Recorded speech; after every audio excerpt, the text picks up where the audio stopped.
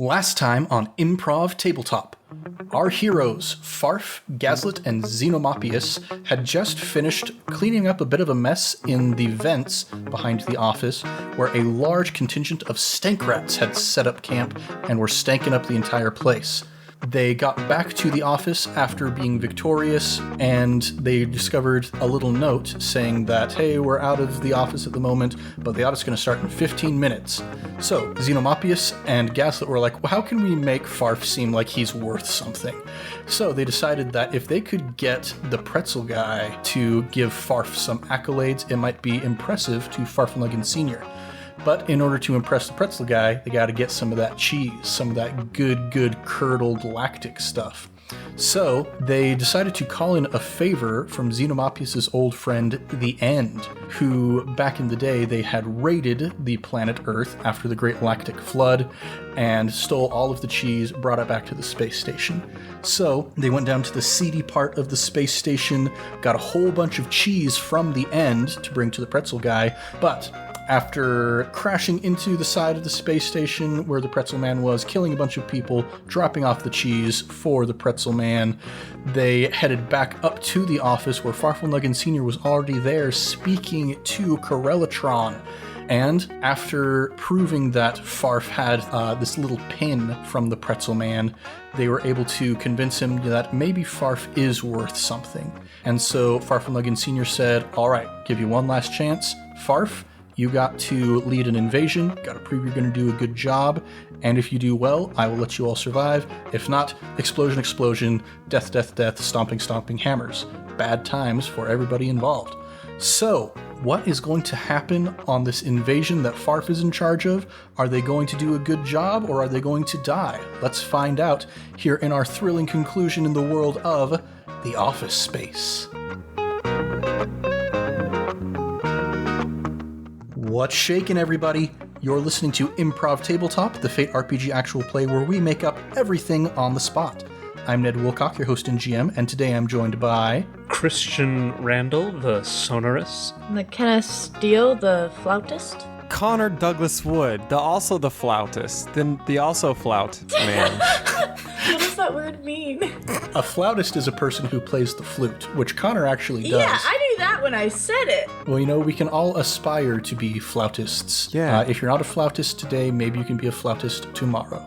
That's what it says on the back of my car. Nice. The back of my car says a stranger is just somebody you haven't played flute at yet. Nice. Man, we should trade cars someday and see how each of our towns react to the different quotes. I like that. Yeah. Well, let's get back into our story here. So we've got an invasion that needs to be planned, and before we left off, Farf had said, you know, we've got some allies that we might be able to leverage to our advantage. So let's do some planning. Like, you haven't actually left on the invasion yet, but each of you, let's pick somebody who you're going to try and see if you can persuade to come to your aid in this invasion. And let's start with Farf. I feel like I had a real connection with the pretzel man. I gave him some of that good illegal cheese. And I feel like that created, if not a debt, a connection. Plus, we're going to get more of this lactose that is so valuable. So he probably wants to come. So you head back down to the floor where the pretzel man was. Oddly enough, you see that security is there, and where the pretzel stand was, they're like sweeping stuff up. They're taping off like the area. There's no sign of the pretzel man, just a whole bunch of cops. Oh man, cops. I look down at my pen and I kind of like flip one of my 7 lapels over to cover it a bit. And then I walk over to the cops and I'm like, whoa, this looks pretty rowdy, you know, like, what happened? Well, here's the problem there, sir. You know, the pretzel man, he's a great hero to people across many galaxies and universes and whatnot.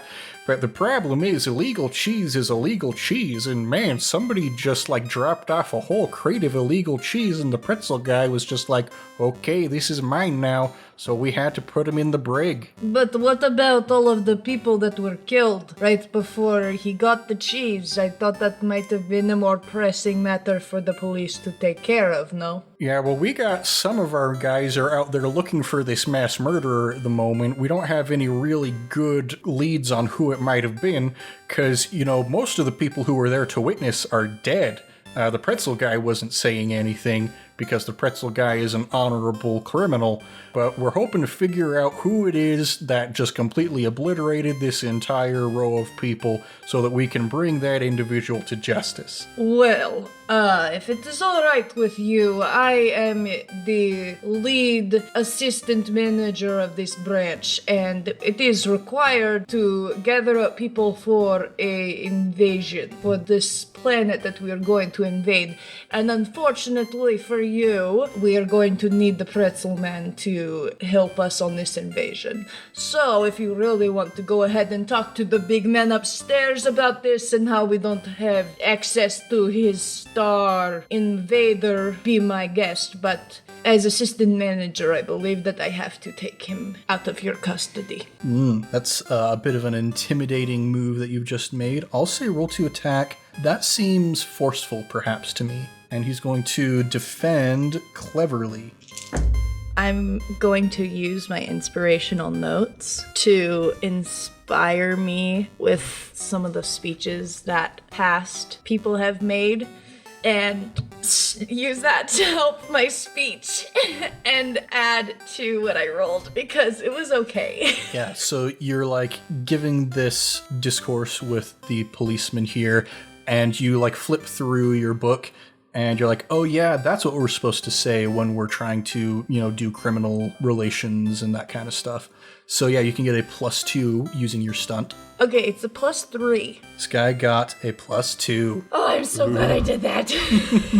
So as you mention the man upstairs, this policeman is like, oh, you're talking about Farfel Senior, the great and powerful, the potentate, incandescent, the tempering and eternal flame of truth? Yeah, that one. I think that's the one. Oh, okay, yeah. Well, you know, if you need a criminal, then I suppose I can't get in the way of the great Farfel Senior. So, you know, I'll just... And he reaches into his coat and pulls out a key, a hologram key, and hands it to Gaslit. Thank you, I appreciate your contribution and understanding, and I will let the big boss man know that you did something good here today, okay? And I give him a little pat on the shoulder, and then with my little tentacle hand, the little sucker pot on it, I'm gonna give him a little right on the cheek, and I'm gonna walk away.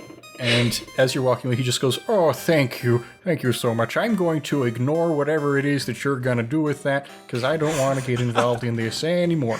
And goes back over to help with the cleaning up of the crime scene. Guys, that was inspiring. We might actually make it through this alive. Thank you, but I probably need to go to the bathroom before we keep on the way. You think so? Yeah, it's a little stressful. So you guys now have the means to get the pretzel man to join you. Let's see. Gaslit, was there anybody else that you were hoping to employ the assistance of? I'm going to head down to where we killed all of the rats and do some meditating and see if I can find a path to where there might be a bigger hive of rats and see if I can somehow convince them to work with us and hope that they don't know that we also just killed a lot of them. We might be able to bribe them with cheese too. Rats like cheese. Honestly? Yeah. That's true. And as we draw closer and the time gets weird again, I'm going to say, I really do enjoy being in this area. It's far more conducive to what I aspire to be. You want to be more like your father? Because that's what you sound like sometimes. I wish I sounded like my father. He has a phenomenal and intimidating accent that I cannot quite grasp. It's he's always saying, forget about it. And I can't forget about it. I can only think about how amazing his accent is. Farfelnugan, can you speak up? My ears are starting to droop. I don't feel so good this time around. Oh, I'll carry you, my old and senile friend. Okay, I trust you, I guess. Seeing this, I would like to look down at my own body and see what's happening to me, because I don't feel anything. Go ahead and do just a flat roll. +2. You aged 2 centuries. Nice. I mean, if I look like this in 2 centuries, I mean, I still feel great. I just look a gray hair on my arm. I pull it out. I didn't know you could grow hair, Gaslit. That's incredible. I don't know.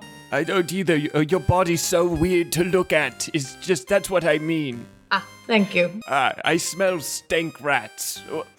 Oh, no. My dears, you remember how I said that stink rats come from my home planet? Alright, this is how we summon the stink rats, everybody. We sit in a circle, raise up your 5th arm, place it on your head. Which head? Either one, really, just whatever one you have. And then place your 1st arm, place it on your stomach. And we chant the words, rats, rats, find the rats. Rats, rats, find the rats. And then we just have to sit here and The stank is very pungent. follow that stink. Lead the way, Xenomopius, if you know where you are going. Okay, I investigate the stank that we have incanted into this realm. So yeah, go ahead and roll to overcome cleverly. Okay. Now, since there are a few things at play here, one is, can you find the rats? One is, can you persuade the rats even though you just killed the giant rat that makes all the rules? This is going to be maybe a little bit difficult. We're going to put this at a difficulty of 4. Well, I got a +1, so. Yeah, with that in mind, as you're going, you do eventually find your way to where these rats are, so you can either just fail to persuade the rats to join you, or you can succeed in persuading them at a serious cost. Oh, beans. No, that's okay. I'm really old, so I'm hoping to, if we employ these guys, maybe they can fix my timey-wimey goobly-gock. But yeah, I'm gonna put the rats in my pocket. We're recruiting them, but I'm also literally putting some of them in my pocket. So here's the serious cost that I'm going to propose to you. If you want the rats to come along with you, they need a new leader. You have to quit being a janitor to become the giant rat that makes all the rules.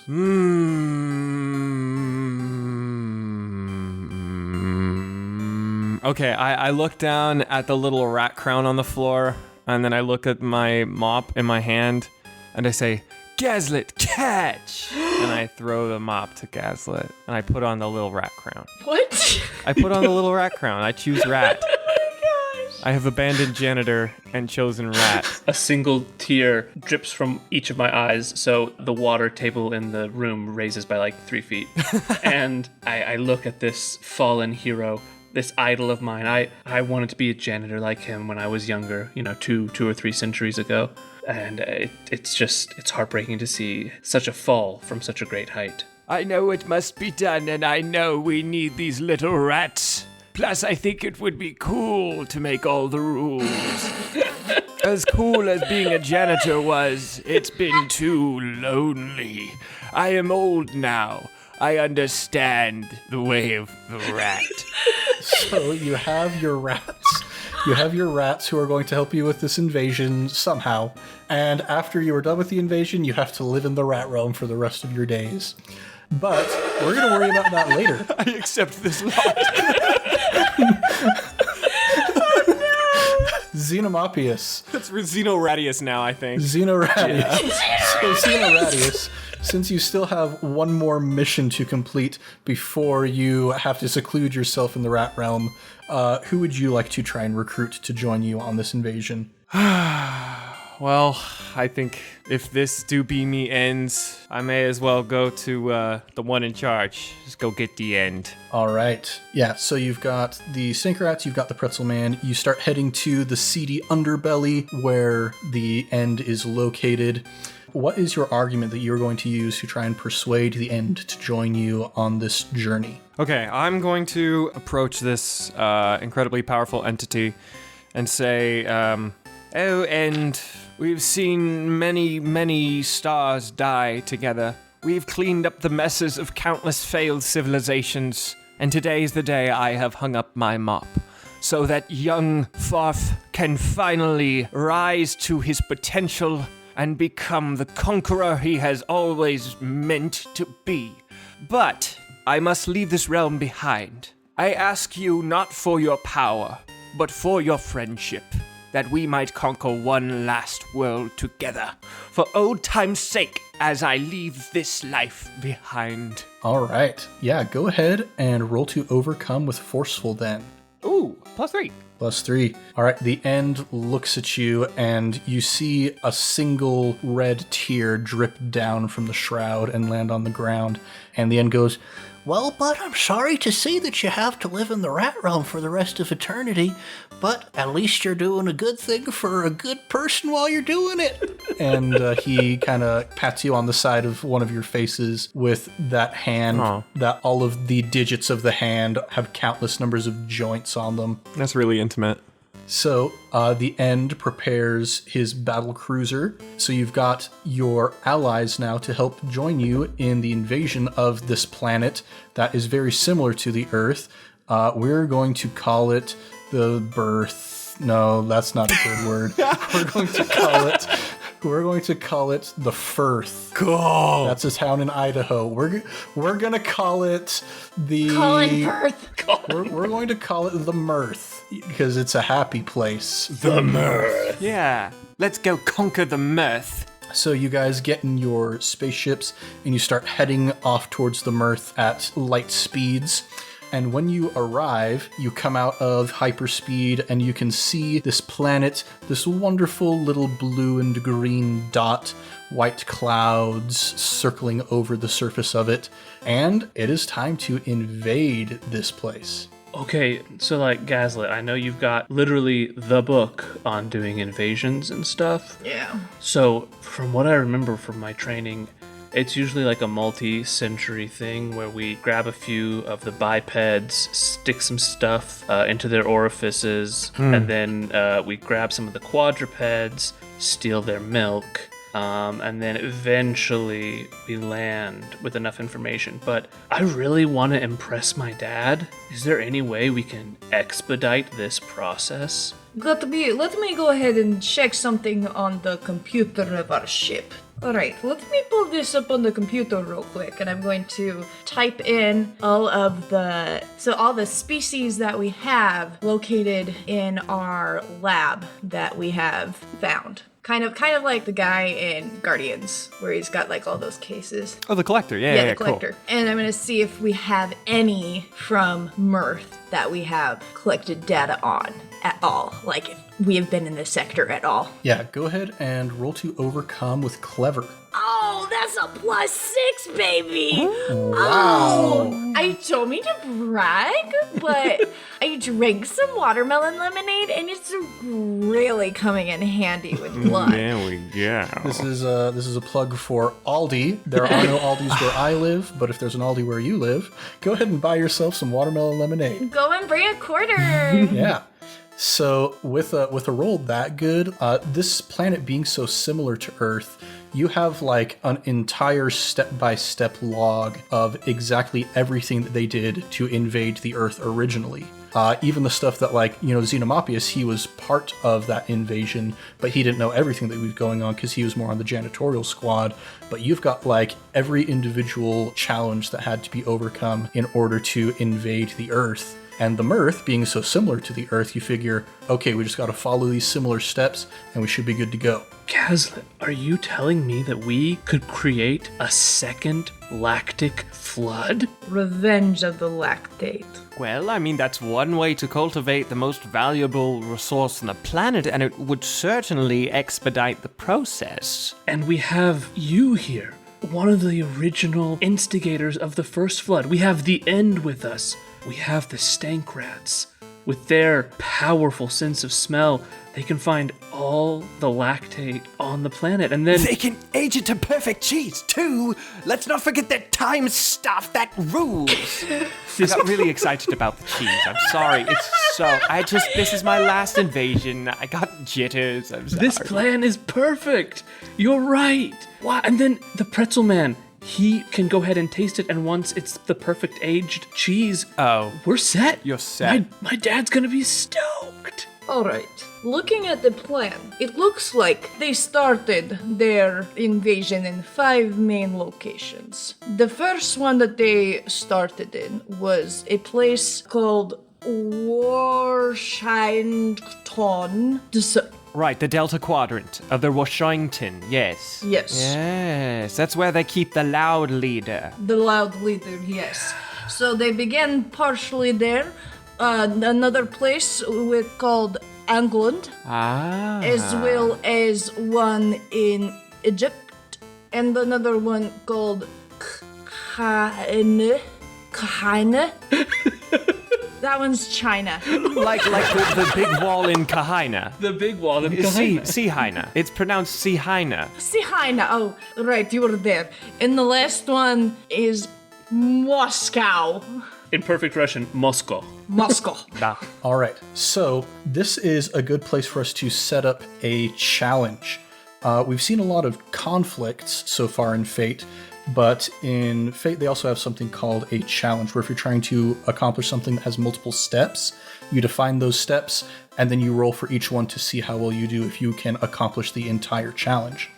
So we've got 5 different locations, and these are the things you're going to have to do in each of those locations to successfully invade this planet and cause the same lactic flood.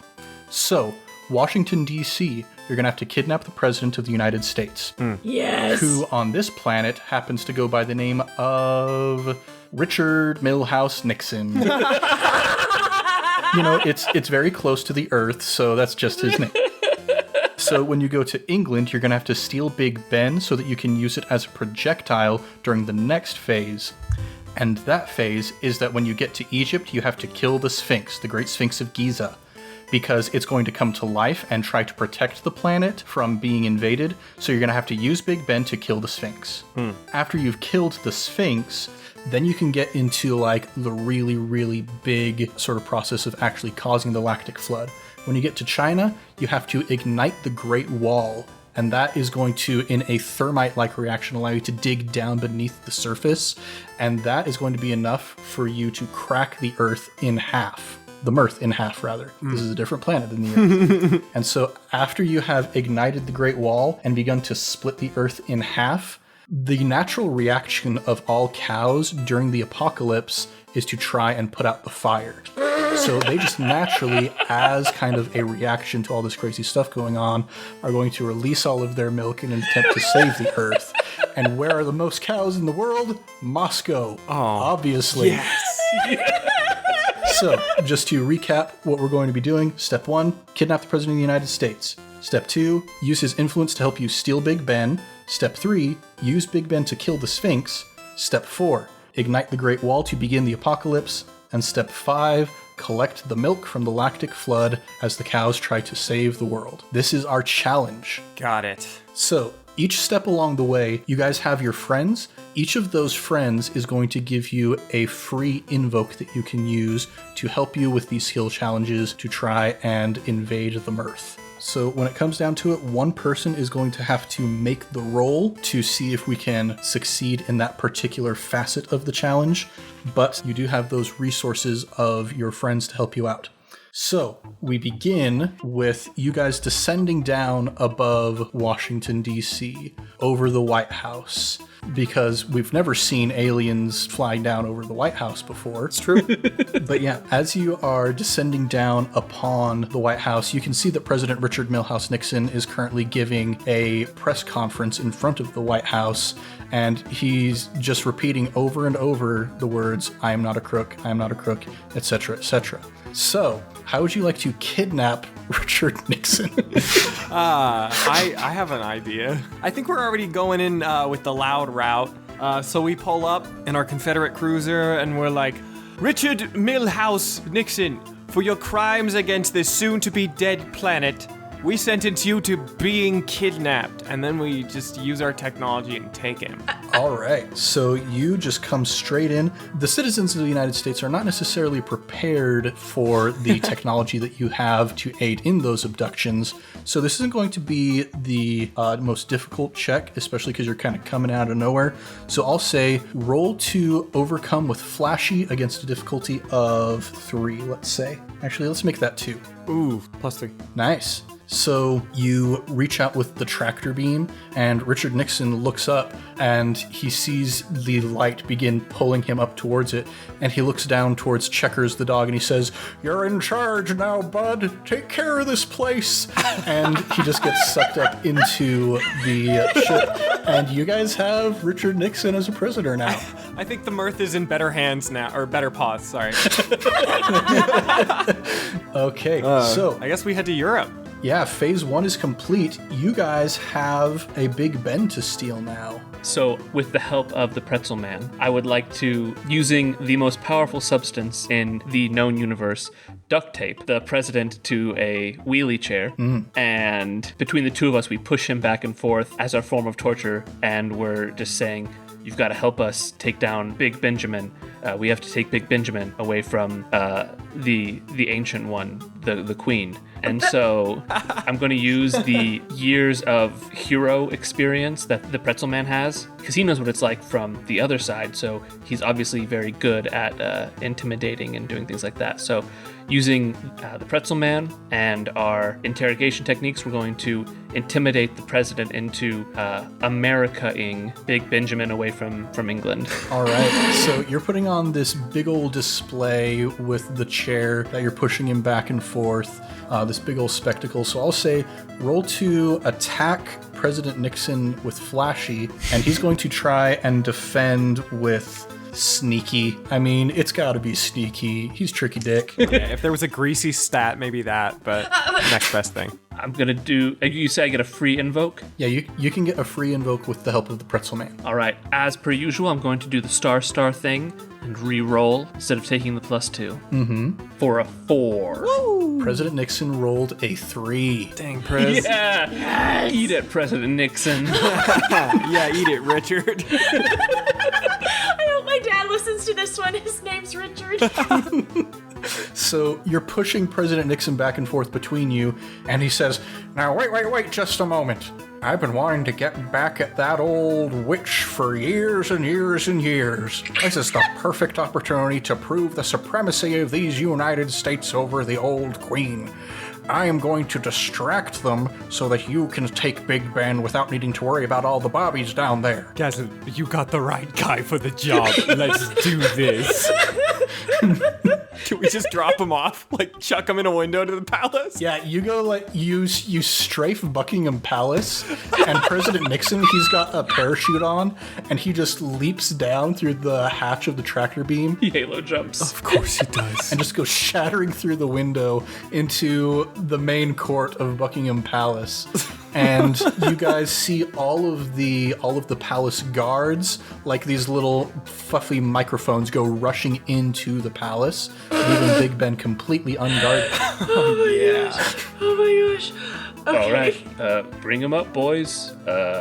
Beep.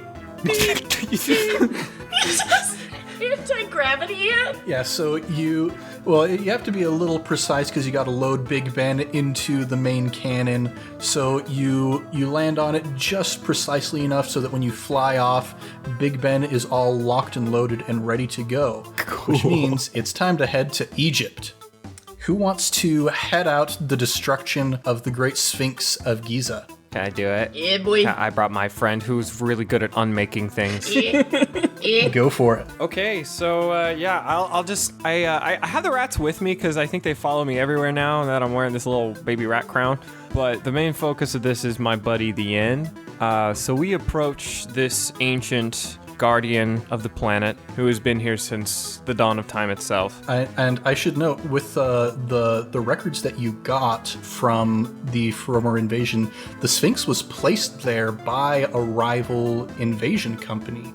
The aliens came and they established Egypt in an attempt to stop you guys. It was an enemy of Farfalnugan Senior. So the aliens thing is true, and it's all about pettiness and corporate greed. I guarantee we've bought out their stupid company at this point. Let's erase the rest of them. So yeah, you go flying down the Nile and you can see the Sphinx in the distance. And as you get closer, you hear this great rumbling noise and you see the Sphinx start to lift up from the ground and turn itself in your direction.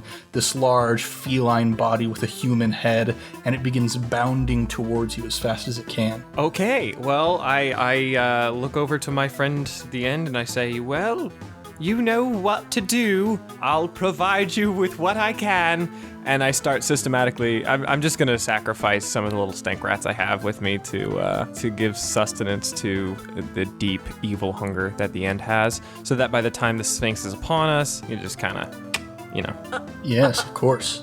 So I feel like this is probably an invoking of the stank rats. You're using up that resource, essentially. Yeah. Cool. So yeah, go ahead then and roll to attack forcefully, as you are going to kill the Sphinx.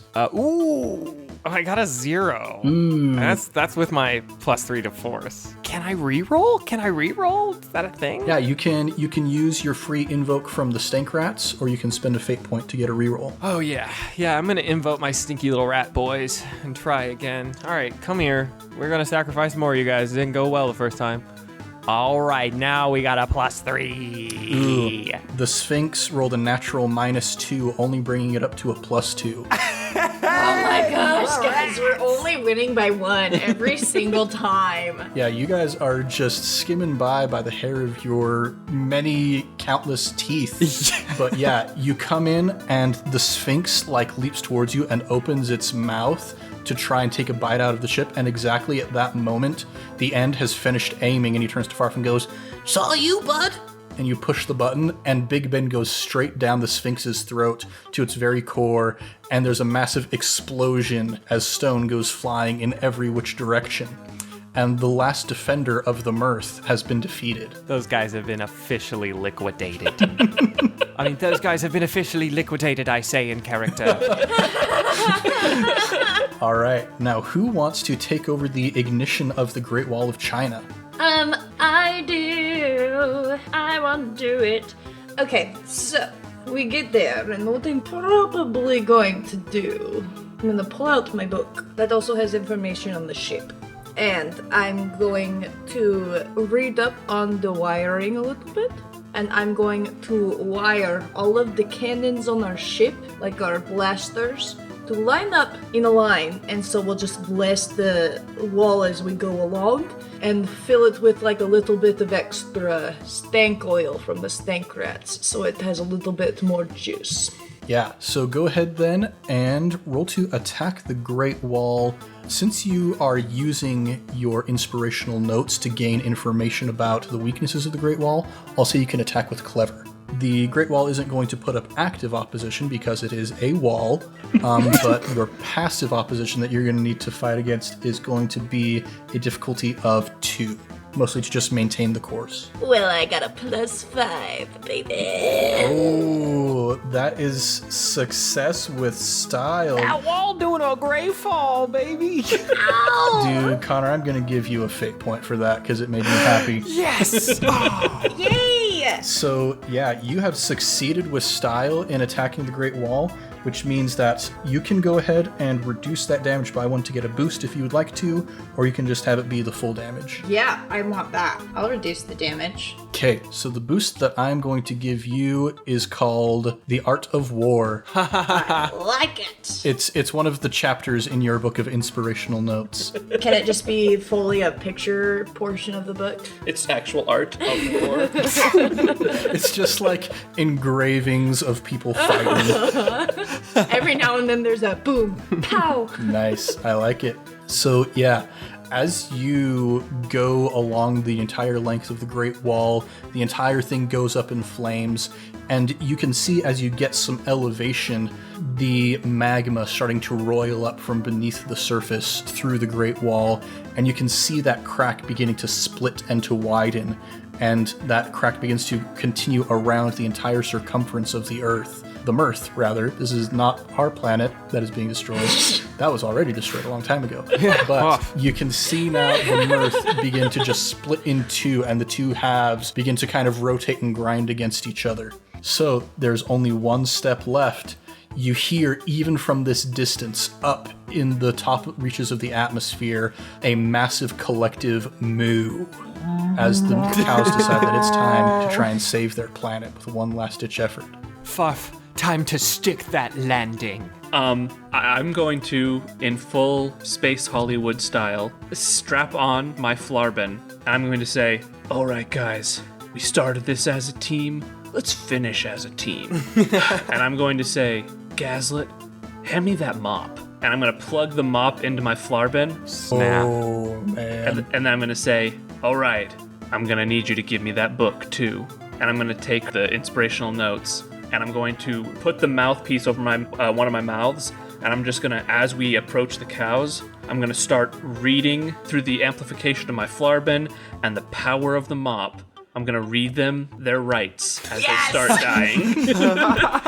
You have the right to make milk. And I have the right to rock. And then I'm just going to start playing the Flarben, frightening them to create more milk. Yeah, so go ahead and roll to attack the cows with Flashy. They're going to try and defend with Clever to see if they can figure out what's going on. I would like to use Don't Ask Me, I Barely Work Here, because I feel like it's changed. And now I do work here. And this is my shift, and I would like to use that. Okay, so are you going to reroll or add a +2? I'm going to reroll in the star way. And that's a +5. The cows rolled a 0 because they are cows and they're not very smart. Classic cow! So you start starring out, playing your wonderful royalty-free version of The Foreigner, and as you do, you activate the Poltergust attachment on the intergalactic mop, and it starts just sucking up all of the milk that comes flooding out towards you and storing it into the cargo bays of your ship. And as it continues, there's just more milk, you're sucking it all up, and this is going like a lot better than you ever expected it could have gone, actually. All right, Xenoradius, get those rats to work. Age that milk. All right, boys, get the milk. And I don't know, sick them on the milk. I put them all in the tank with the milk for like however long it takes for cheese to be cheese. I'm not a cheese expert, okay? There's just steak rats swimming in the milk. That's how you get the real stinky cheese. They got the chronophiles though, so yeah, it'll be fine. Yeah, so they begin creating a sort of microcosm of a rat realm here on the ship. And after a while, it gets to the point where there's so much milk that you can't take anymore. Your cargo bays are completely full up, and this entire planet is just covered. It's almost like a cue ball now, just shining in the light of the sun. But there is still that ring all the way around the center where the milk is boiling as the Mirth is still cracking in half. And then eventually it splits entirely in two, and the two halves go floating off in separate directions. I've got tears of pride streaming down my faces. All right, the last thing to do then. Pretzel Man, would you do the honors of having the first taste, telling us how we did on this invasion? He goes and he pulls out a little knife and carves a piece off of this new fresh cheese that the stank rats have been making, and like sticks his entire arm down one of his throats and places it onto his very sensitive, finely tuned taste organ that he's got down in his stomach. And he places it there and he blinks and kind of smacks his lip a little bit and just begins weeping and falls down to the ground, falls down in front of Farf and grabs one of your hands between two of his own and just says, "I'm glad I gave you that pen." I'm glad that I was able to prove you right. Let's turn this thing around and show my old man what we're made of. And that's cheese. You guys begin flying back towards the space station. You go into light speed, and we are going to cut to some interviews.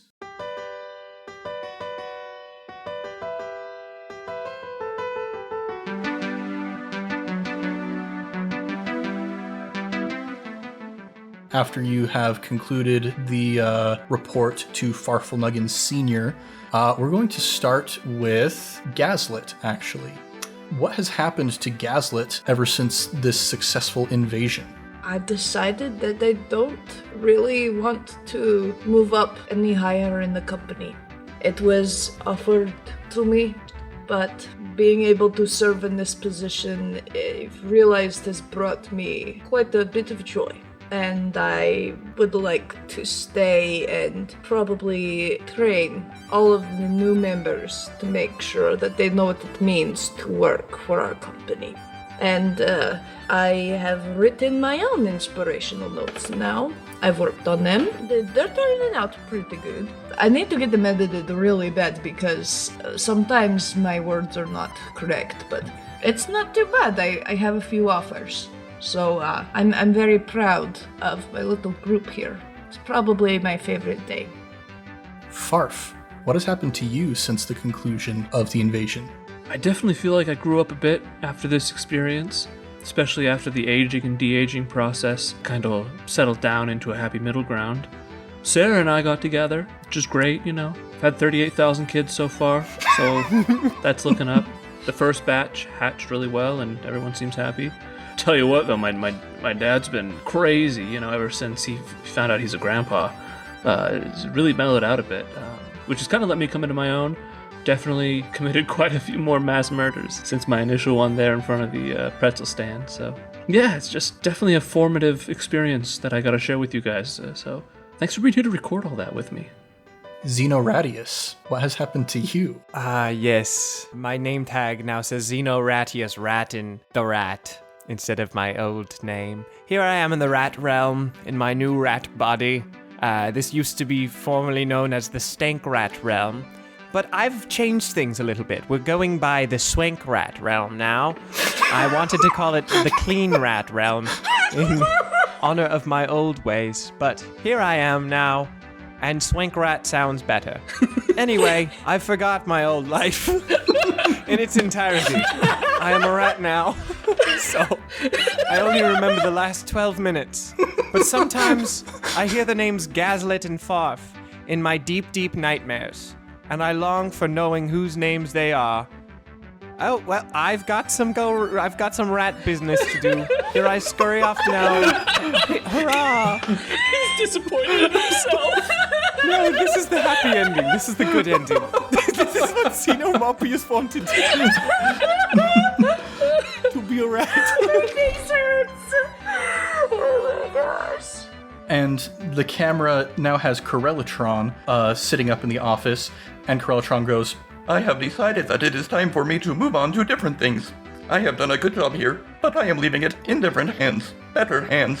and from the side of the camera comes in one of those hands, its digits infinitely jointed, and the hand goes onto one of Corellatron's shoulders, and the end comes sliding into frame and says, I'm gonna have to wear a tie for the first time in my life, but I'm okay with that because that means now I can just rule the entire world pretty much. I got the underworld, I got the overworld, nobody's stopping the end, baby.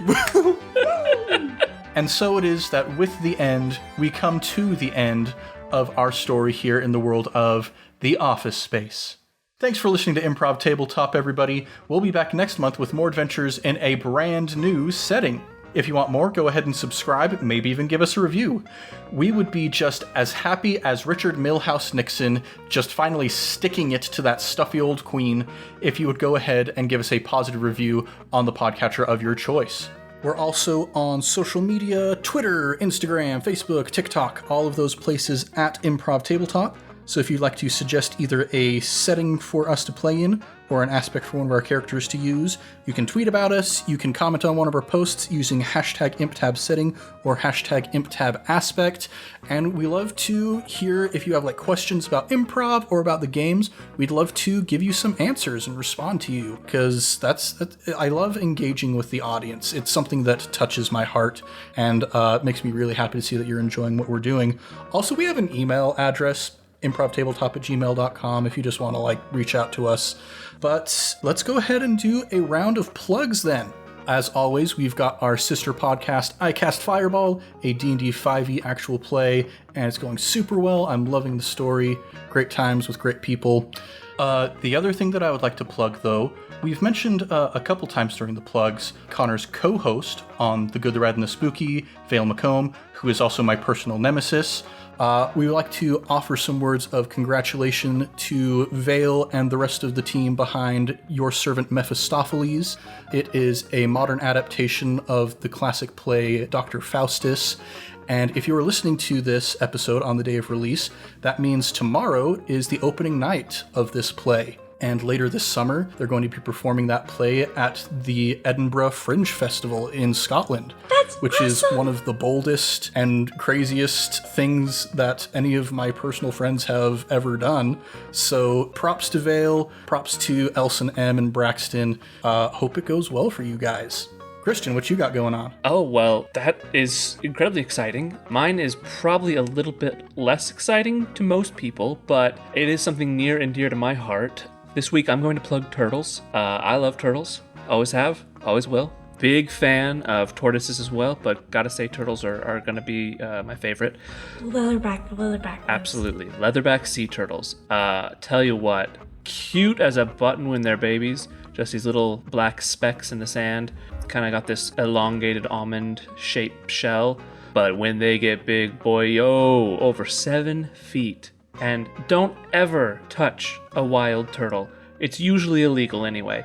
But if we lived on Mirth, where there was no endangered turtles, and turtles were just a lot more okay with being, possibly ridden, I would want a leatherback sea turtle to ride around the oceans and go on adventures with. That being said, my plug is my new Patreon, where I am going to be building a time machine. Well, it's sort of space and time. I will be going to our parallel sister planet, Mirth, and fulfilling my dream of becoming a leatherback sea turtle rider and traveling the world there. So keep an eye out for that on my Patreon. Link in the bio.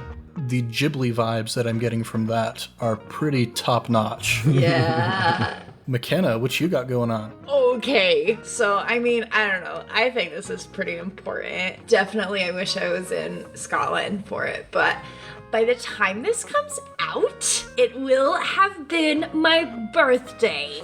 I will be 24, but when we record, I am 23. Anyways, and then, so my birthday's the 26th of July. I'm a Leo, and our anniversary for our wedding is the 27th of July, so our marriage is also a Leo, and we will have been married for 2 years.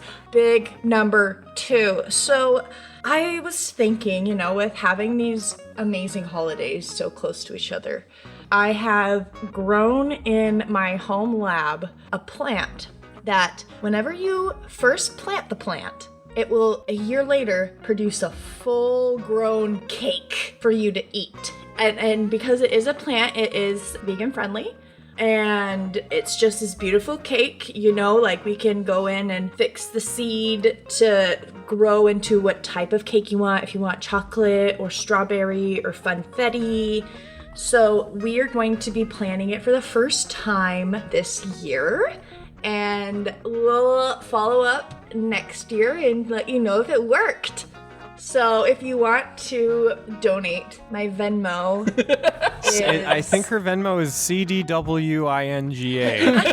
At CDWINGA. We don't accept any funds below $30. Oh, man. Connor, what you got going on? Well, I'm not here to be too contrarian, but I actually do want to talk a little bit about Mirth myself. So I wasn't aware that it was a thing until we started doing this. I thought it was just like a funny little joke that we were making, but turns out it is actually our It's like our parallel dimension planet.